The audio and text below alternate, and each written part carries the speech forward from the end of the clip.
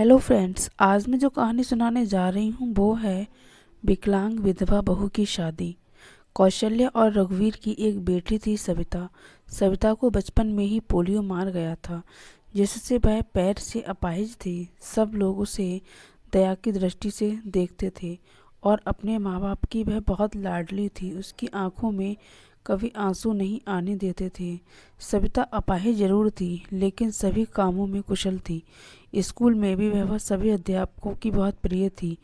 एक दिन कौशल्या बोली, कौशल्या, सुनो जी, सविता की 11वीं पास हो गई है। हमारी बेटी दिव्यांग है, उसके लिए एक ऐसा ही लड़का ढूंढना पड़ेगा। लगता है उसकी शादी करने में बहुत मुश्किलें आएंगी, इसलिए अभी से लड़का ढूंढना शुरू कर दो। रघुवीर, हाँ कौशल्या, सही कहती हो। सविता कितनी सुंदर और सर्वगुण संपन्न है, लेकिन पैर की वजह से मेरी बेटी की जिंदगी खराब हो गई।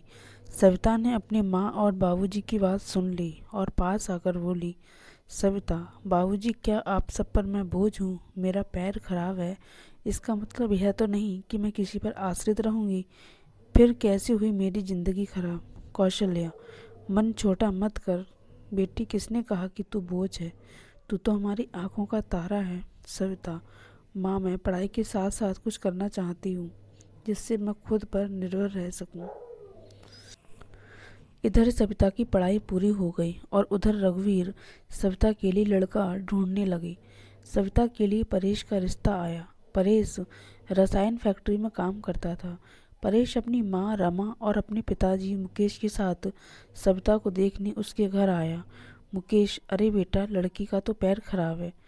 परेश, पिताजी, मगर मैं दिव्यांग लड़की से ही शादी करूंगा तो मुझे किसी का जीवन संभालने का सौभाग्य मिलेगा। रमा, बेटा, तेरी जिंदगी है, जो तू फैसला सोच समझकर कर लेना। परेश, देखिए सविता जी, मैंने आपकी जितनी तारीफ सुनी है, मैं खुद को आपसे मिलने से रोक नहीं पाया। क्या आप शादी के लिए राजी हैं? सविता, परेश जी, मैं एक अपाहिज लड़की हूँ और आप पूर्ण रूप से स्वस्थ हैं। क्या आप एक अपाहिज लड़की को स्वीकार करेंगे? परेश, सविता, मैं जिंदगी भर आपका सहारा बनने के लिए तैयार हूँ, अगर आपको ऐतराज़ ना हो तो। सविता, अगर आप तैयार हैं तो मैं खुशनसीब हूँ कि मुझे आप जैसा जीवन साथी मिलेगा। सविता और परेश की बहुत धूमधाम से शादी हुई।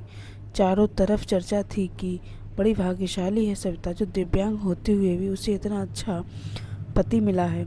रमा, बहू, आज तुम्हारा पहला दिन है, इतनी जल्दी कैसे उठ गई? आराम से उठ जाती। सविता, माँ, मुझे जल्दी उठने की आदत है, मैंने नाश्ता बना दिया है, आप सब लोग नाश्ता कर लीजिए। रमा हैरान थी कि एक पैर खराब होते हुए भी सुबह उठकर नाश्ता भी बना दिया। इसी तरह सविता ने थोड़े ही दिनों में सारी जिम्मेदारी अपने ऊपर ले ली। सविता, ये सभी बहुत खुश थे। रमा, परेश तेरी बीवी लाखों में नहीं करोड़ों में एक है। मैं तो डरती थी कि कहीं ऐसा ना हो कि एक दिव्यांग लड़की से शादी करके कहीं मेरे बेटे की शादी खराब ना हो जाए। परेश, माँ, मेरा फैसला कभी गलत नहीं हो सकता। आपसे एक बात कह रहा हूँ कि अगर मुझे कुछ हो जाए तो सविता को अपनी बेटी की तरह रखना। रमा, चल पागल, ऐसा नहीं बोलते, वो अभी भी मेरी बेटी ही है। और अगले ही दिन उनकी खुशियों को जैसे किसी की नज़र लग गई। परेश की फैक्ट्री में जहरीली गैस लीक हो जाने से कई लोगों की मौत हो गई, जिनमें परेश भी शामिल था। जब ये खबर परेश के घर पहुंची तब घर में हाहाकार मच गया, लेकिन सविता तो जैसे पत्थर सी हो गई। वह खामोश थी, उसकी आंखों में आंसू नहीं थे। वह परेश को यूं ही फटी आंखों से देखती रही। कुछ औरतों ने उसे हिलाते हुए कहा, बहू रो ले, देख परेश को, वह मर गया है, अगर रोएगी नहीं तो पागल हो जाएगी, तो विधवा हो गई। विधवा? इस तरह की बातें सोचकर सविता फूट फूट कर रोने लगी।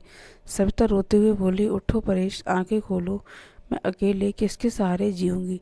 अभी तो मैंने तुम्हारे साथ कुछ ही दिन गुजारे थे, फिर मुझे अकेला छोड़कर क्यों चले गए? परेश का अंतिम संस्कार हो गया और सविता के अरमानों का भी। रमा, अरे ये क्या, बहू, सफ़ेद साड़ी क्यों पहनी तुमने?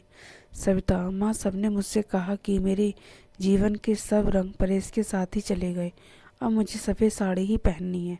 रमा, नहीं बेटी, तुम हमारे दुख को और मत बढ़ाओ। आज से तुम कभी भी सफ़ेद साड़ी नहीं पहनोगी। हफ्ते महीने यूं ही शोक में गुजर गए। कौशल्या और रघुवीर सविता को लेने के लिए आए। कौशल्या, मेरी बेटी का जीवन तबाह हो गया, पूरी जिंदगी अकेले कैसे काटेगी, इसलिए हम उसे अपने साथ ले जाना चाहते हैं। रमा, देखिए समधन जी, सविता कहीं नहीं जाएगी। आप उसकी शादी करके कर्तव्य मुक्त हो चुके हैं, लेकिन अब हमारे भी कुछ कर्तव्य हैं। हमारी बहू हमारी बेटी बनकर हमारे पास ही रहेगी। ये कहते हुए रमा ने सविता को गले से लगा लिया। मुकेश, हाँ समधी जी, रमा सही कह रही है। हम सविता को आगे पढ़ाएंगे और किसी लायक बनाएंगे। आप चिंता मत करना, हम अपनी सविता को पलकों पर बिठाकर रखेंगे। सविता, माँ बाबूजी को परहेज इनके इकलौते बेटे थे, अब तो वो नहीं है, तो ऐसे में मैं इनको छोड़कर चली जाऊँ, ये सही नहीं है। मैं इनके पास रहकर ही इनकी सेवा करूँगी। सविता के माँ बाबूजी चले जाते हैं और सविता अकेली थी।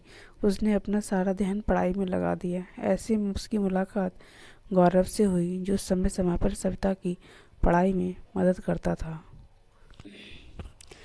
गौरव मुकेश के दोस्त का सबसे अच्छा बेटा था। उसका काम के सिलसिले में परेश के पिता के पास आना जाना लगा रहता था।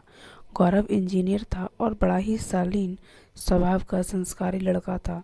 चारों तरफ औरतें बातें बनाने लगीं और एक औरत बोली, अरे देखो कैसी विधवा है, ये सफ़ेद साड़ी नहीं पहनती, पति का जरा भी दुख नहीं है। तो दूसरी बोली, बन सवर कर कॉलेज जाती है, बेचारे रमा और मुकेश का तो बुढ़ापा ही खराब है।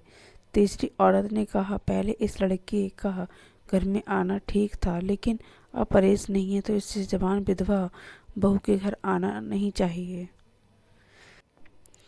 लेकिन सविता को किसी की बातों से कोई फर्क नहीं पड़ता था, क्योंकि उसके पास सास ससुर उसके साथ थे। रमा जब इतनी अच्छी बहू के लिए लोगों की ताने सुनती तो वह तड़प उठती थी, रोने लगती थी। सविता ने अपनी मेहनत से बीएड कर ली और विकलांग कोटे में एक शिक्षिका के रूप में नियुक्त हो गई। रमा, सुनो, परेश के पापा, हमारी सविता का एक टीचर बन गई है। लोगों ने न जाने कैसे कैसे ताने देते थे, हमें अब उसकी शादी कर देनी चाहिए। मुकेश, सही कह रही हो रमा, विधवा है, अनाथ नहीं है जो लोगों की उल्टी सीधी बातें सुनेगी। हम अपनी बहू की शादी धूमधाम से करेंगे। मुकेश ने जब अपनी बहू के रिश्ते की बात जब कुछ लोगों के से की बात, तो लोग कहते हैं, अरे मुकेश, तू पागल तो नहीं हो गया, विधवा बहू की शादी करना चाहता है तू? मुकेश, हाँ, मैं उसकी शादी करना चाहता हूँ, उसकी ज़िंदगी से विधवा शब्द हमेशा के लिए मिटाना चाहता हूँ। तभी गौरव ने आकर के कहा, गौरव अंकल, अगर आप सविता को काबिल समझे तो मैं आपकी बहू से शादी करने के लिए तैयार हूँ। मुकेश, गौरव तुम? गौरव, हाँ मैं। मुकेश, मुझे यकीन नहीं हो रहा है कि मेरी बेटी तुम्हारे जैसे लायक और होनहार बेटा पसंद करेगा। मुझे तुम पर गर्व है, मैं ये शादी के लिए तैयार हूँ बेटा। तभी मुकेश घर आकर के सविता से कहता है, सविता बेटी, तुम जानती हो मैंने हमेशा तुम्हें अपनी बेटी से बढ़कर माना है। मैं चाहता हूँ कि तुम्हारी ज़िंदगी के अधूरे सपने को पूरा करूँ। मैं तुम्हारी ज़िंदगी गौरव से करना चाहता हूँ। कोई ऐतराज़ तो नहीं है सविता?